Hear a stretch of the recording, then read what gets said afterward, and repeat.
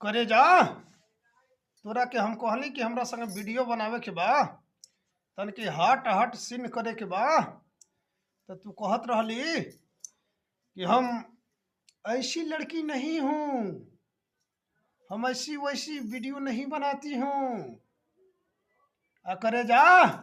आज देखा तनी कि यूट्यूब पर सोशल मीडिया पर गोभवाव तड़ी गभा मरवाव तड़ी बिल्कुल चड्डी पर चोली पर वीडियो बनाव तड़ी हम देखा तनी ओमा का एक गो बार रात गिन में 3215 गो बार तोर निचला वाला में रहुए जौन कखिया बा एमा 15 गो एमा 17 गो बार रहुए। करे जा हमसे तू का कहली आ का करतड़ी ऐसा ना कल जाला ठीक बा जौन करतड़ी जौन ठीक करतड़ी कर हमरो कोनो दिक्कत नहीं खे कहले कुल बहुत लोग नहा त नहा लेबे दे तोरा